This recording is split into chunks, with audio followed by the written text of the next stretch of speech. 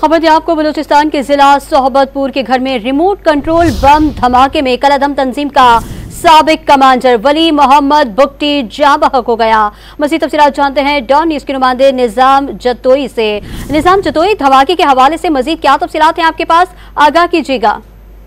हाँ जी बिल्कुल, ये सोबतपुर का इलाका है, थाना दोदा टिब्बा में कालादम तंजीम के साबिक कमांडर वली मोहम्मद बुगटी के घर में रिमोट कंट्रोल बम से धमाका किया गया है। एसएसपी सोबतपुर गुलाम सेल बाजोई के मुताबिक धमाका जो है घर के अंदर हुआ है, जिसमें धमाके में जो साबिक कमांडर है वली मोहम्मद बुगटी वो मौका पर जाँ बहक हो गए हैं।